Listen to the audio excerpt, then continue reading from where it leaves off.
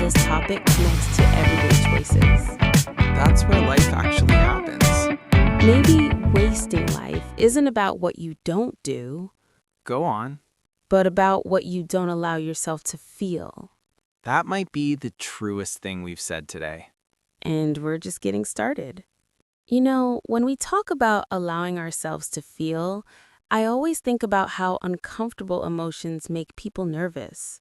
Especially emotions that don't have a clear solution. Yes, sadness, confusion, loneliness, they don't come with instructions. No manual, no customer support. Exactly. I think a lot of people believe that to not waste life, they need to be happy all the time. Ugh, that's such a trap. Constant happiness is unrealistic and exhausting. And honestly, suspicious. Very suspicious. Real life is emotional variety. Agreed. Joy, boredom, excitement, frustration, all mixed together. And when people try to avoid the bad emotions, they often numb everything. Which leads back to that emptiness we talked about. Sometimes wasting life looks like living on autopilot. What does autopilot look like to you? Wake up, rush, work, scroll, sleep, repeat. Days blur together. And suddenly, years pass. Autopilot isn't always a choice, though. That's true. Stress, trauma, burnout, they push people there. Survival mode again. Do you think rest is undervalued? Absolutely. That was fast. I've been waiting to say that. Rest isn't wasting time. Yes. Rest is maintenance. Like charging your phone instead of blaming it for dying. Exactly. I notice people feel guilty when they rest. As if productivity is the only proof of worth. That belief wastes so much energy life. There's a phrase I often remind myself of. You're allowed to slow down. That one feels like a deep breath. It really does. I also think comparison is one of the biggest life wasters. Oh, yes. Watching other people's lives and measuring your own against edited highlights. Comparing your behind the scenes to someone else's trailer. That's such a good image. Comparison steals joy without giving anything useful back. It doesn't motivate, it paralyzes. Why do you think we compare so much? Because humans look for orientation. To know where they stand. Exactly, but external comparison rarely gives internal clarity. I think clarity often comes from asking uncomfortable questions. Like what? What do I actually want? That one scares people. Because the answer might require change. And change risks loss. Yes, even good change involves letting go. Sometimes people stay in lives they've outgrown. Jobs, relationships, identities. Even dreams that aren't theirs anymore. Letting go doesn't mean the past was wrong. It just means you're growing. Do you think fear ever fully disappears? No.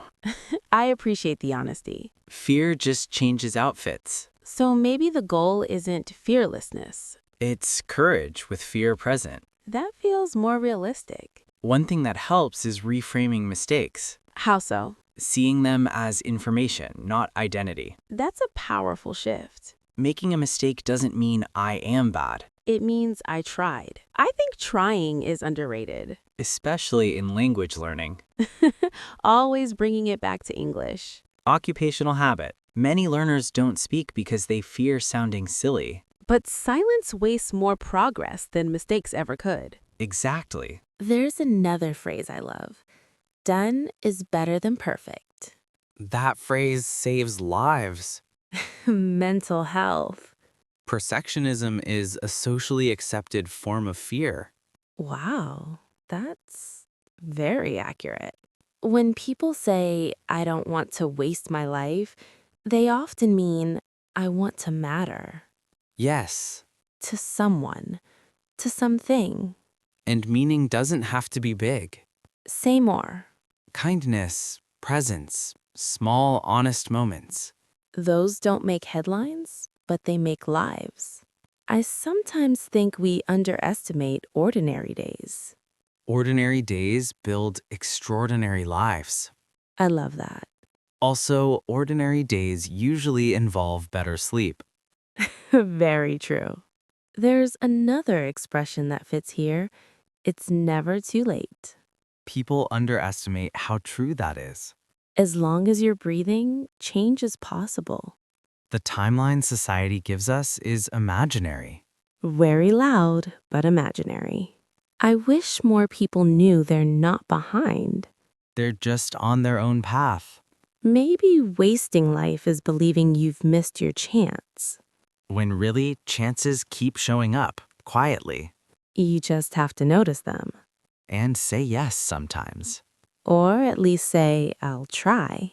That's often enough. I feel like this conversation is slowly changing shape. How so? It feels less about fear and more about permission. Permission might be the key word. And we're not quite done yet. Permission. That word feels very gentle, but also very powerful.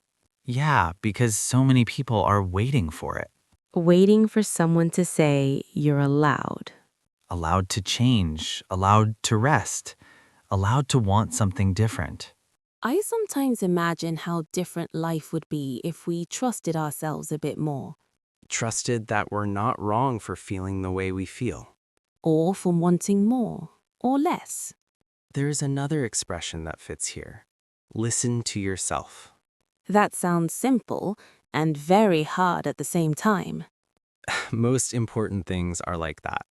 I think people are afraid that if they really listen, they'll have to act. And action changes comfort zones. Which brings us back to fear. Fear doesn't mean stop. What does it mean then? It usually means pay attention. That's such a healthier way to see it. Fear points to things that matter. You know, when I think about not wasting life, I don't think about doing more, What do you think about then? being more present. Presence changes everything. Even boring moments feel different when you're actually there. I think presence is a skill. One we practice badly most of the time. Very badly. Phones don't help.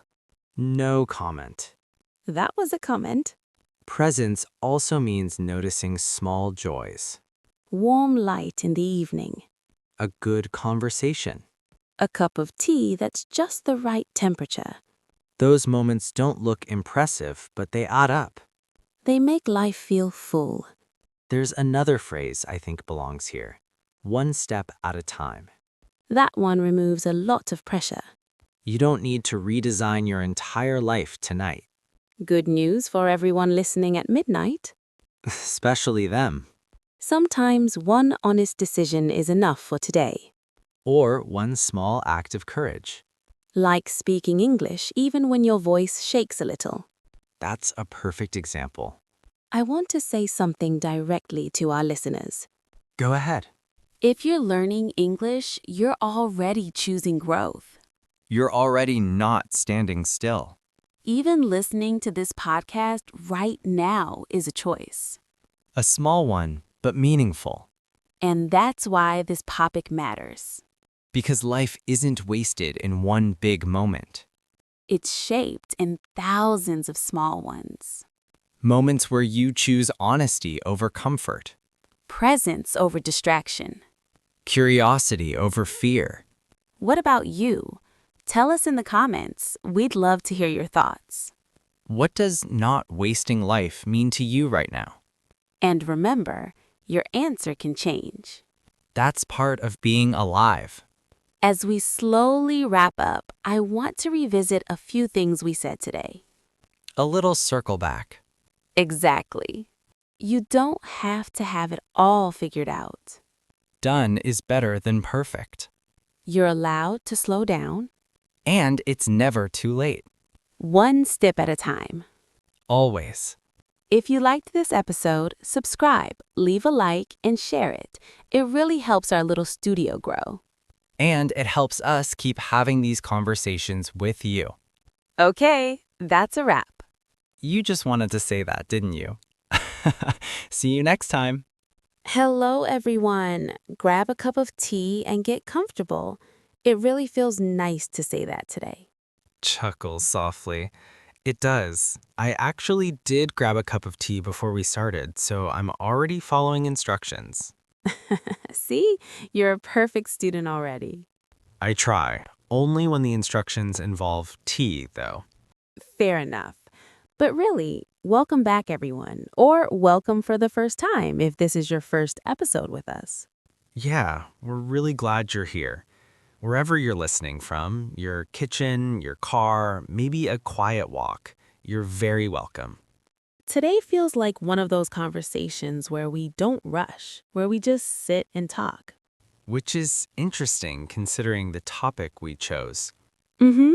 Because the topic is kind of heavy. Yeah, but important. Smiles faintly. Today we're talking about something big but very human. Don't waste your life. Pauses, thoughtful. That sentence always lands quietly, doesn't it? Softly. It does. It doesn't shout, it just sits there. And everyone hears it differently. Reflective. Exactly. Some people feel inspired, some feel uncomfortable, some feel guilty.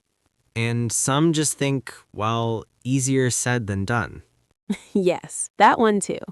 Probably the most honest reaction. Warmly. Before we go deeper, just a quick note. If you enjoy natural English conversations like this, don't forget to subscribe. It really helps us keep creating for you. Smiles. It truly does. And thank you for spending this time with us. Okay, so George, when you hear don't waste your life, what's the first thing that comes to your mind? Honestly, pressure. Pressure? Yeah, like there's a stopwatch somewhere ticking loudly. That's very real. I think a lot of people imagine success, big achievements, dramatic stories, and then they look at their own life and think, am I doing enough? Or am I falling behind? Exactly. That question can be exhausting. Especially on a Tuesday morning before coffee. Yes, life feels very dramatic before coffee. Smiling. Philosophical crises usually wait until at least the second cup. For me, the phrase doesn't feel loud, it feels personal. Curious. How so? Softly, it makes me think about attention, where my attention goes. Ah, that's interesting. Nods. Like, am I present in my own life or am I always waiting for later? Waiting for things to start. Yes, as if life hasn't really begun yet. A lot of people live in that waiting room. And the chairs are very uncomfortable. Chuckle softly. And there's old magazines no one wants to read. I think wasting life doesn't always look dramatic. No, it's usually very quiet. I think it looks like scrolling Or postponing. or saying someday a little too often. Or staying in situations that drain you just because they're familiar. Oh, that one hurts a bit. Yeah, it's a common one. Do you think people waste life on purpose? Rarely. Me too. I think most people are just trying to get through the day, paying bills, managing stress, taking care of others. Surviving. Exactly. And survival mode doesn't leave much space for big questions. That's true. When you're just trying to breathe, it's hard to think about meaning. Can I say something slightly unpopular? Please do. I think we sometimes waste life because we're scared of making the wrong choice. Oh, yes. We freeze, we analyze, we wait until we're sure. And then years pass. Yeah, time doesn't wait for certainty. I remember a time when I didn't choose something just because it felt scary. What happened? Nothing dramatic, and that's the point. The absence of a story. Yes, I look back and think, that could have been something. And it's okay to grieve that a little. Sometimes I think we confuse playing it safe with being responsible. That's a good distinction. Safety matters, of course it does, but safety can also become a cage. Especially when it stops you from growing. Do you think wasting life always means big regrets? No, I think it's often about numbness.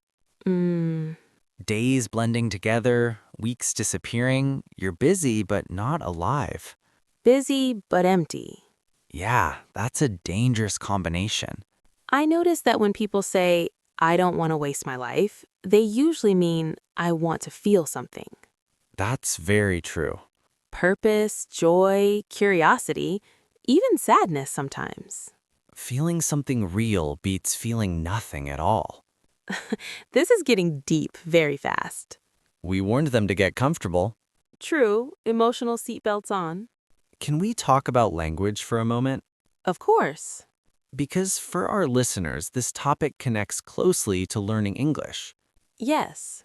A lot of people say, I'll start speaking English when I'm ready. Oh, that's a big one. And then years pass. That's such a clear example of waiting for the right moment. Exactly. And the truth is, there is no perfect moment. There's only now, slightly uncomfortable and imperfect. Spoken like a true realist. I do my best. I think one way people waste life is by being too hard on themselves. Yes. Constant self-criticism steals so much energy. And joy. And courage. There's a phrase I like. You don't have to have it all figured out. I love that one. It gives permission to move, even if the map is blurry. When I was younger, I thought wasting life meant not achieving enough. Curious, and now? Now I think it means not being honest with yourself. That's powerful. Pretending you're okay when you're not. Or pretending you want something you don't. Or staying quiet when your inner voice is screaming. That inner voice can be annoying, though. Very annoying. It never shuts up at convenient times. But it usually tells the truth. Eventually. I think we should say this clearly. Wasting life doesn't mean failing. Yes, very important. Warmly, failure is part of living fully. Not. Avoiding failure at all costs is often the real waste. Curious, what do you think scares people more, failing or succeeding? Thinks, then smiles, succeeding. I knew you'd say that. Calmly, success changes things. Expectations grow, identity shifts. And then there's no excuse anymore. Exactly. There's a comfort in staying stuck. Gentle irony, a very uncomfortable comfort. Yes, familiar pain feels safer than unknown happiness. That's why small steps matter. Small steps? Yeah, not dramatic life changes, just tiny, honest actions. Like speaking English even if your accent isn't perfect. Exactly like that. Or saying no when you mean no. Or saying yes when fear says no.